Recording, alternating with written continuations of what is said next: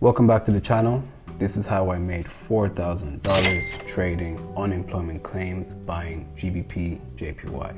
So let's get into it. The very first thing that we have to do is we have to take a look at the JPY basket. For those that don't know what the JPY basket is, it's basically the index for all JPY related pairs. So if you see the JPY basket buying, you can expect pairs like Euro JPY and GBP JPY to sell. Okay, that's just a quick explanation. So we're going to focus on unemployment claims on Thursday the 29th of August. So one of the very first things I love to do when I'm doing this is I hop onto the line chart so I can get a better understanding of what is actually happening with price action. So the very first thing I did notice here on Thursday was the fact that we had a nice break towards the downside and a retest back towards the upside for price to continue to sell.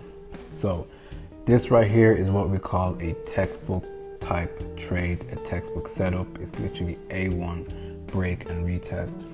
This black line that we have here was our zone of support, which has now turned to resistance. And if you go towards the back, or should I say towards the left hand side, this is a zone of resistance and support. So this is technically classified as a supply and demand level. So this makes this trade 10 times stronger if we were going to take it towards the downside. The final thing for me that put the nail on the coffin for this to be an A+ setup was the fact that if I draw my Fibonacci from the high to the new low, price came perfectly back towards my 6180 level inside of the market, or my Fibonacci zone, which is perfect time for perfect entry for price to go towards the downside. So these pieces of confluences adding up made this a A+ setup, right? So the next thing that I had to do was pick my target on where I think price is most likely going to go towards. So just looking at this here on a naked eye line chart, for me it is very obvious that price was 100% going to come down to this area inside of the market. And if the news did play in our favor, this would have made everything 10 times better, which is exactly what it did. So now, knowing what I know, I can go back to the candlestick chart and take a look at this here. We had a break, we had a retest for price to continue to push towards the downside. So with that being said, we have the green light to go into the JPY basket and anticipate some buys towards the upside. Okay, so what I'm going to do here is I'm going to quickly put the session breaks on so we understand the days of the market that we are trading. So one thing I love to do when I'm trading unemployment claims, I go to the previous day, which is Wednesday, and I mark out the previous day high, which is over here. Then I go to the current day, which is Thursday obviously, and I mark out the current day low. The reason why I do this is the fact that at any point during the day, price will go to one of these two locations. And when it does go to one of these two locations, it will react in a way that it can turn support to resistance or resistance to support, or just bounce from that zone. So with that being said, we did have permission to go to the 1 hour time frame. So as you can see here, before at 8 a.m. in the morning, price came to retest this zone to push towards the downside. So at these times, we already knew that the JPY basket was going to buy. So what we do then was we hopped into the 5-minute time frame and we just wait patiently for the news to be released. And once the news is released, we then executed our trades. The one thing that I was wary of was the fact that before the news actually came out, I had two types of setups, right? I was anticipating price to sell to this area, and then from this area, we can expect price to buy and grab liquidity from the previous day high once again.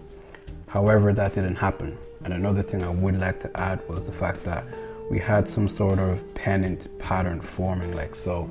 And whenever we have these pennant patterns inside of the market, guys, one of two things can happen. We can get a break towards the upside or a break towards the downside. However, everything still played out in our favor, right? So the news did come out positive and price did push towards the upside. I'm going to add the screen recording of us taking the trades and all that kind of stuff on screen now. And while the news came out positive, the next thing we had to do was share this great analysis with our members, which is exactly what we did.